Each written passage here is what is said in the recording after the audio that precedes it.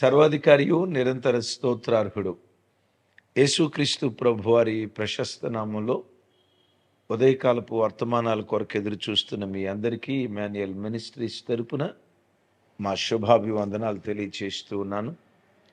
క్రీస్తునందు మాకు అత్యంత ప్రియమైన దైవ జనాంగమా, ఎలా ఉన్నారు? తమ్ముడు, చెల్లి, ప్రియ అక్క, ప్రియ అన్న, ఈ ఉదయకాలం లేచి ప్రార్థన చేసుకున్నారా? తమ్ముడు, మిమ్మల్ని గడిచిన రాత్రి కుటుంబంలో కుటుంబ ఆరాధన జరిగిందా?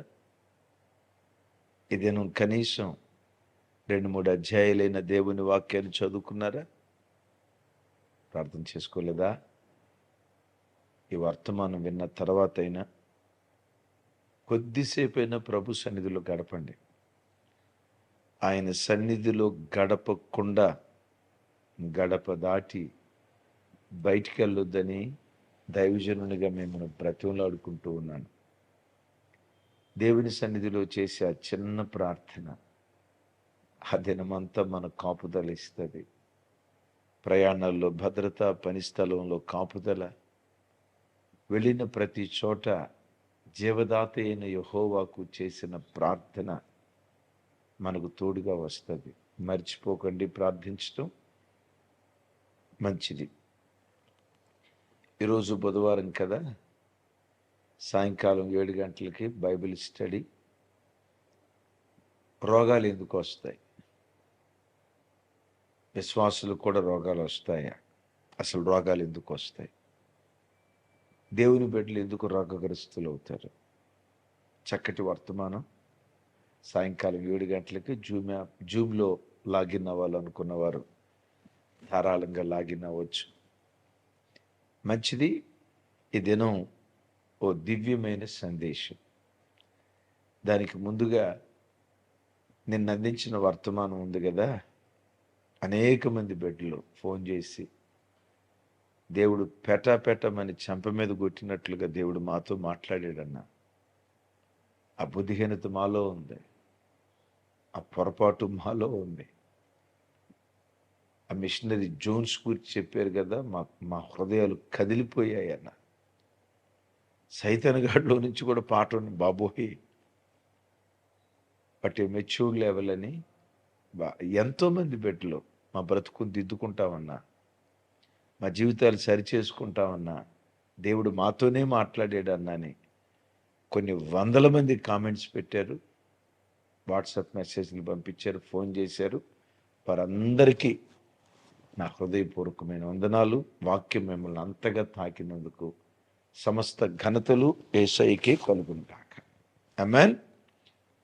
ఈరోజు మనం వినబోయే మరో దివ్యమైన సందేశం ఉపవాసం ద్వారా పొందుకునే ఊహించలేని ఆశీర్వాదం. ప్రార్థన చేస్తాం, కొన్నిటి కొరకు పోరాడతాం, ప్రయాసపడతాం. ప్రార్థన చేసినా పోరాడినా కొన్ని మనం పొందుకోలేం. అలాంటి గడ్డు సమస్యలను ఉపవాసం ద్వారా మనం సాధించగలుగుతాం. ఆ ఉపవాసం ద్వారా ఊహించలేని విజయాన్ని మనం సొంతం చేసుకోవటానికి దేవుడు కృప చూపిస్తాడు. పరిశుద్ధ గ్రంథమైన బైబిల్లో ఒక్క సంఘటన ఆత్మీయ కోణంలో దాన్ని చెప్తాను. ఆదికాండం 25వ అధ్యాయం చూడండి ఒకసారి. ఆదికాండం 25వ అధ్యాయం 31వ వచనం, 32వ వచనం. అందుకు యాకోబు, నీ జ్యేష్ఠత్వము నేడు నాకిమ్మని అడగగా, ఏశావు, నేను చావుబోచున్నాను కదా, జ్యేష్ఠత్వము నాకెందుకనెను. యాకోబు, నేడు నాతో ప్రమాణము చేయుమనెను. అతడు యాకోబుతో ప్రమాణం చేసి అతని జ్యేష్ఠత్వమును అమ్మివేయగా, యాకోబు ఆహారమును చిక్కుడుగాయల కూర వంటకమును ఏశావుకి ఇచ్చెను. అతడు తిని త్రాగి లేచిపోయిను. అట్లు ఏశావు తన జ్యేష్ఠత్వమును తృణీకరించాడు. అసలు పదజాలం చూడండి. తెలుగు బైబిల్ చాలా అద్భుతమైన బైబిల్. తెలుగు బైబిల్లో వాడబడిన పదజాలం సూపర్బ్, సూపర్బ్, సూపర్బ్. సరే, అయితే విషయం ఏంటంటే, యాకోబు తల్లి గర్భంలో ఉన్నప్పటి నుండి జాస్తత్వం కొరకు పోరాడాడు. అన్ని ఆశీర్వాదాల కంటే మహా గొప్ప ఆశీర్వాదం జాస్తత్వం సుమి. ఎందుకు ఆ జాస్తత్వం కొరకు తను ప్రాకులాడాడు? జ్యేష్ఠుడికి రెండంతల ఆశీర్వాదం దొరికిద్దనేనా? అంత మాత్రమే కాదు. తండ్రి రాజు అయితే తర్వాత తాను రాజు అవ్వచ్చనే? అంతకంటే కాదు. ఏం కనిష్ఠుడైన దావీదు రాజుగా లేదా? చెప్పండి. కనిష్ఠుడైన సొలొమోను రాజుగా లేదా? తండ్రి యాజకుడైతే కొడుకు కూడా యాజకుడు అవుతాడు కాబట్టి జ్యేష్ఠత్వం దాన్ని కోరుకున్నాడా? దాని కొరకు కోరుకున్నాడా? అద్భుతం. దానికి మించి, దానికి మించి ఏంటి దానికి మించింది? ముగింపులో చెప్తాను. సరే, జ్యేష్ఠత్వం కొరకు పోరాడాడు తల్లి గర్భంలో. ఎప్పుడు? తల్లి గర్భంలో ఉన్నప్పుడు పోరాడాడు. సక్సెస్ కాల, ఓడిపోయాడు. 71 సంవత్సరాల వరకు ఆ జ్యేష్ఠత్వం కొరకు కనిపెట్టాడు. ఇప్పుడు ఆదికాండం 25వ అధ్యాయం. అప్పుడు యాకోబు యొక్క వయస్సు అప్రాక్సిమేట్గా అటు ఇటు కొంచెం ఇంచుమించు 70-71 సంవత్సరాలు. ఎలాగో గడిచిన దినాల్లో చాలాసార్లు చెప్పాను. ఒకవేళ మీకు కన్ఫ్యూజన్ ఉంటే కామెంట్ బాక్స్లో రాయండి, రేపు దానికి క్లారిఫికేషన్ ఇస్తాను. ఓకే. తల్లి గర్భంలో ఓడిపోయాడు. 71 సంవత్సరాలు కనిపెట్టి ఎదురు చూస్తున్నాడు అవకాశం ఎప్పుడు వస్తుందా అని. తమ్ముడు, నీ జీవితంలో కూడా కొన్నిటి కొరకు పట్టుదలతో పోరాడుతావు, ఓడిపోయి ఉండొచ్చు. నేనంట, ఓటమి ఎన్నటికీ నీ ముగింపు కాకూడదు. నువ్వు గెలవటానికే పుట్టావు. గెలుపు నీ ముగింపు అయి ఉండాలి. ఉద్యోగంలో ఓడిపోయావా? వ్యాపారంలో ఓడిపోయావా? చివరికి భక్తి జీవితంలో ఓడిపోయావా? దేవుని కొరకు ఆత్మీయంగా శిఖరాల్లో బ్రతకాలని ఎన్నో కలలు కని బాప్తిస్మం తీసుకొని ఆదివారం మందిరాన్ని ఆత్మీయ జీవితాన్ని గురించి ఎన్నో ఊహలు ఊహించి కుప్పలాగా భక్తి జీవితం కూలిపోయిందా? కుటుంబ వ్యవస్థ మీద ఎన్నో ఊహలతో వివాహ వ్యవస్థలో అడుగుపెట్టి చివరికి ఇలాంటి వాడు నాకు దొరికేడేంటి, ఇలాంటిది నాకు దొరికిందేంటి, నేను కనిన కలలన్నీ కలలైపోయాయి అని, నా కలల శ్వేత సౌధం కుప్పలాగా కూలిపోయిందని కన్నీరు విడుస్తూ ఏడుస్తున్నావా? నేనెంత పోరాడినా నేనెందుకు ఫెయిల్ అయిపోయా? యాకోబు పోరాడాడు, భీకరంగా పోరాడాడు. తల్లి గర్భంలో మడిమ పట్టుకుని వెనక్కలాగాడు. మామూలుడు కాదు, ఓడిపోయాడు. కానీ యాకోబు గుండెల్లో ఉన్న కసేంటో తెలుసా? ఓటమి నా ముగింపు కాకూడదు. దేన్ని పట్టుకోవాలని పోరాడుతున్నానో దాన్ని సాధించే వరకు 71 సంవత్సరాలు ఓపికతో కనిపెట్టాడంటే. ఈ 71 సంవత్సరంలో వంట చేసుకుంటున్నాడు. సహజంగా పురుషులు కిచెన్లోకి వెళ్ళరు. యాకోబు కిచెన్లోకి వెళ్ళాడంటే, అంటే కిచెన్ అంటే వంట చేసుకోవటానికి వెళ్ళాడంటే నా ఊహ. తల్లి ఏం వండట్లేదు, ఆకలితో ఉండి ఉంటాడు. మమ్మీ ఏం వండావు? ఆరోగ్యం బాగలేదయ్యా, వండలేదు. లేకపోతే ఎక్కడికో వెళ్ళి వండలేదు, కారణం ఏదైనా. కడుపులో ఆకలి నకనకలాడుతుంది. ఇక మనమే కిచెన్లోకి దిగుదామని చెప్పి దిగాడు యాకోబు. ఎందుకు వంట చేసుకుంటున్నాడు? తన ఆకలితో ఉన్నాడు గనక. సరిగ్గా అప్పుడే వచ్చాడు ఏశావు. ఆ ఎర్రగా ఉన్న చిక్కుడుకాయల కూర నాకు ఇచ్చేయి అన్నాడు. ఈ జాస్తత్వం ఇస్తే ఇస్తా. జాస్తత్వం మర్చిపోలేదా? ఓడిపోయావు కదరా బాబు 71 సంవత్సరాల నుంచి. ఓడిపోయినా కనిపెడుతున్నాడు. తమ్ముడు, నీ జీవితంలో కూడా, నా జీవితంలో కూడా చాలా ఫెయిల్యూర్స్ ఉన్నాయి. ఎంత అద్భుతమైన విజేత జీవితంలో అయినా ఫెయిల్యూర్స్ ఉంటాయి. కానీ నేను మరలా అంట, విజయం సాధించే వరకు ఎన్ని సంవత్సరాలైనా కసితో పోరాడు, పట్టుదలతో పోరాడు. ఇప్పుడు ఏం చేశాడో తెలుసా? తాను అన్నం తిందామని వండుకున్న ఆ ఆహారాన్ని ఇచ్చేసాడు ఏశావుకి. ఓ రకంగా చెప్పాలంటే ఉపవాసానికి తాను అప్పగించుకున్నాడు. అద్భుతం. ఎప్పుడైతే తిందామో ఇక నోటికాడ అట్లా పెట్టుకుందాం అని అనుకున్న ఆహారాన్ని ఎప్పుడైతే త్యజించేశాడో, మరో రకంగా చెప్పాలంటే ఉపవసించాడో, 71 సంవత్సరాలు కనిపెట్టాడు. దేని కొరకు కనిపెట్టాడో దాన్ని సాధించేశాడంతే. తమ్ముడు, చెల్లి, నీ జీవితంలో కూడా కొన్ని సంవత్సరాల నుంచి పోరాడుతున్నా, ప్రార్థన చేస్తున్నా కొన్ని గడ్డు సమస్యలు ఉన్నాయి కదూ.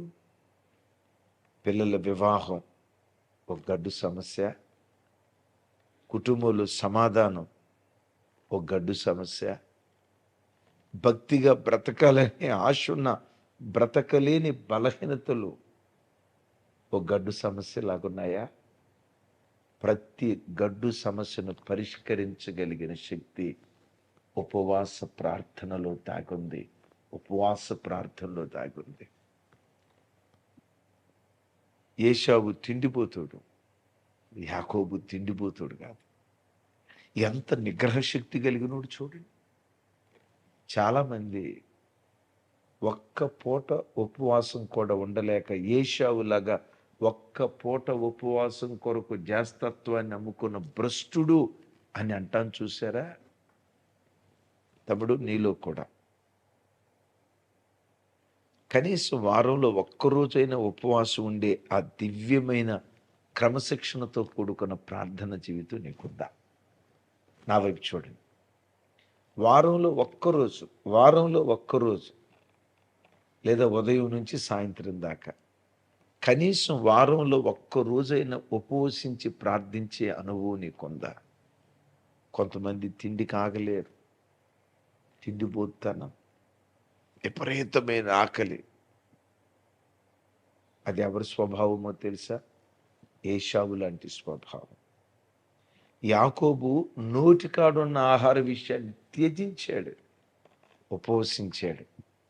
యేసుప్రభు వారు అంటారు కదా, ఇలాంటివి ప్రార్థన ద్వారా పోవయ్యా. ఉపవాసము ద్వారా, ప్రార్థన ద్వారానే ఎలాంటివి సాధ్యపరచబడతాయి. 71 సంవత్సరాలు దేని కొరకు ఎదురు చూస్తున్నాడో, ఆ దేని కొరకు ఎదురు చూస్తున్నాడు, దేని కొరకు కనిపెట్టాడో, దేని కొరకు ఆశపడ్డాడో, ఉపవాసం ద్వారా 71 సంవత్సరాల కళ దేవుడు నెరవేర్చాడు. సొంత ఇల్లు కొనుక్కోవటం నీ కళ. ఉపవసించు. నీ చెయ్యి చాచే చెయ్యిగా కాకుండా ఇచ్చే చెయ్యిగా ఉండాలి. ఇది నీ కళ, తప్పేమి కాదది. ఉపవసించు. కష్టార్జితం అంతా హాస్పిటల్ పాలైపోతుందయ్యా, అనుభవించలేకపోతున్నా. ఆరోగ్యం వరంగా దయచేయి. ఆరోగ్యంగా బ్రతకటం అదేమి ఆశించకూడని గొంతెమ్మ కోరికేం కాదు సుమే. అది నీ కళ. ఉపవసించు. నీ కళల సామ్రాజ్యాన్ని నెరవేర్చే శక్తి ఉపవాస ప్రార్థనలో దాగుంది. అక్కడ దాకెందుకు? తెలంగాణ రాష్ట్రం ఎట్లా వచ్చింది చెప్పండి? ఉపవసించాడు కేసీఆర్ గారు. సోనియమ్మ గారి హృదయం కరిగిందట అంటారు, నాకు అంత తెలీదు. ఆంధ్రప్రదేశ్ రాష్ట్రం ఎట్లా ఏర్పడిందో తెలుసా? పొట్టి శ్రీరాములు గారు, పొట్టి శ్రీరాములు కాదు ఆయన, గట్టి శ్రీరాములు. ఆ మహానుభావుడు కొన్ని రోజుల పాటు ఉపవసించాడు. ఢిల్లీ పీఠం కదిలింది. ఉపవసించి ప్రార్థన చేస్తే రాజుల హృదయమే కరిగిందే. రాజుల హృదయమే కరిగిందే, రారాజు హృదయం ఇంకెంత కరుగుతుంది? ఈ రాజులు కాఠిన్య హృదయులు. అన్ని నిందించట్లేదు, కానీ ఈ రాజుల హృదయాలు కాఠిన్య హృదయాలేమో నాకు తెలియదు, కానీ నీవు ఆరాధించే రాజులు రాజు కరుణా సంపన్నుడు. తండ్రి అని నువ్వు పిలవగా ఏవి నా కుమారుడా అని ప్రత్యుత్తరమిచ్చేటువంటి దేవుడు. ఎస్, ఎస్తేరు మొర్దెకైది గడ్డు సమస్య. 127 సంస్థానాల్లో ఉన్న యూదులు సంహరించబడాలి. గడ్డు సమస్య. ఏం చేశారు వాళ్ళు? ఉపవసించి ప్రార్థించారు. బైబిల్లో అనేక మంది భక్తులు, మన పితరుడు అపోస్తలుడైన పౌలు వారు ఉన్నారు. తరచుగా ఉపవాసములతో ఉంటిని అంటాడు. ఏం చేశాడు? అందుకనే ఎవ్వరూ చేయలేని దివ్యమైన సేవ చేశాడు. సరే, ఈయన జాస్తత్వం కొరకు 71 సంవత్సరాలు పోరాడి ఉపవాసం ద్వారా తన భోజనాన్ని త్యజించడం ద్వారా, భోజనాన్ని తృణీకరించడం ద్వారా, అతడేమో జాస్తత్వాన్ని తృణీకరిస్తే యాకోబేమో భోజనాన్ని తృణీకరించాడు. వారంలో ఒకరోజు భోజనాన్ని తృణీకరించు. నిద్రమొత్తు ఆత్మని నేలుబడి చేయకుండా కడుపు నిండా తినకో. భోజనాన్ని తృణీకరించు. భోజనాన్ని తృణీకరిస్తే జాస్తత్వం, జాస్తత్వం నీ సొంతమైపోతుంది. జాస్తత్వానికి హక్కుదారుడు అయిపోతావు. నేను జ్యేష్ఠుణ్ణి కావాలి అని అన్నాడు కదా. ఎందుకు జ్యేష్ఠుడు? ఒక మర్మయుక్తమైన సంగతి.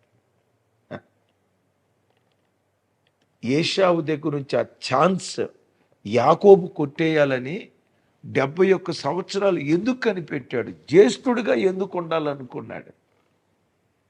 అద్భుతమైన మాట. దినవృత్తాంతాలు 1వ గ్రంథం. అందరూ చూడండి ఆ మాట. దినవృత్తాంతాలు 1వ గ్రంథం 5వ అధ్యాయం. 5వ అధ్యాయం మొదటి 2 వచనాలు. ఇజ్రాయేలునకు తొలిచూరు కుమారుడైన రూబేను వివరములు. ఇతడు జ్యేష్ఠుడై ఉండెను గాని తన తండ్రి పరుపును తాను అంటుపరిచినందున తన జన్మ స్వాతంత్ర్యం ఇజ్రాయేలు కుమారుడైన యోసేపునకు ఇవ్వబడెను. అయితే వంశావళిలో యోసేపు జ్యేష్ఠుడిగా దాఖలు చేయబడలేదు.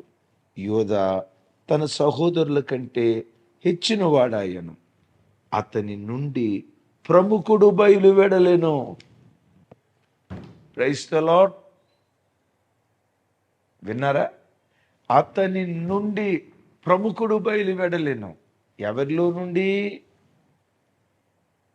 యోదా అనే జ్యేష్ఠునిలో నుండి. అసలు జ్యేష్ఠుడు ఎవరు?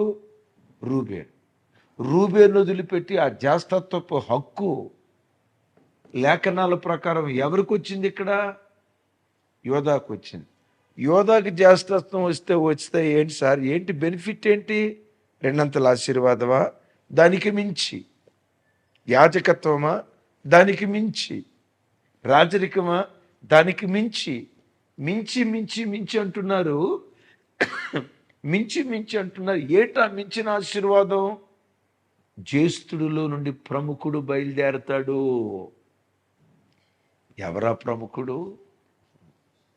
ప్రపంచాన్ని ఏలబోయే మహారాజు, రాజులకు రాజు, ప్రభువులకు ప్రభు, భూపతులందరికీ అధిపతి, లోకరక్షకుడైన యేసు క్రీస్తు వారే ఆ ప్రముఖుడు. ఈ ప్రముఖుడు ఎక్కడి నుంచి బయలుదేరతాడు? జ్యేష్ఠుల్లో నుంచి బయలుదేరతాడు. ఏశావే గనుక చూడండి, ఏశావే గనుక జాస్తత్వాన్ని అమ్ముకోకపోయి ఉంటే ఏశావులో నుంచి జ్యేష్ఠుడు యేసుక్రీస్తు వారు ఉద్భవించేవారు. యాకోబు యాకోబులో ఉదయ నక్షత్రం ఉదయిస్తుందని బిలాము చూశారు భవిష్యత్తును. బిలాముకి అంత ప్రత్యక్షత ఉంటే యాకోబుకి ఇంకెంత ప్రత్యక్షత ఉంటుంది. నేను జ్యేష్ఠుడినైతే నేను జ్యేష్ఠుడినైతే జ్యేష్ఠుల్లో నుంచి ప్రముఖుడు యేసుక్రీస్తు వారు నా వంశావళిలో నుంచి ఉద్భవించాలని దాని కొరకు భోజనాన్ని త్యజించాడండి. ఏంటి క్రిస్మస్? ఉపవసించి ప్రార్థించటం నిజమైన క్రిస్మస్. నశించిపోతున్న ఆత్మల కొరకు ఆక్రందన చేయటం నిజమైన క్రిస్మస్. కంటి నిండా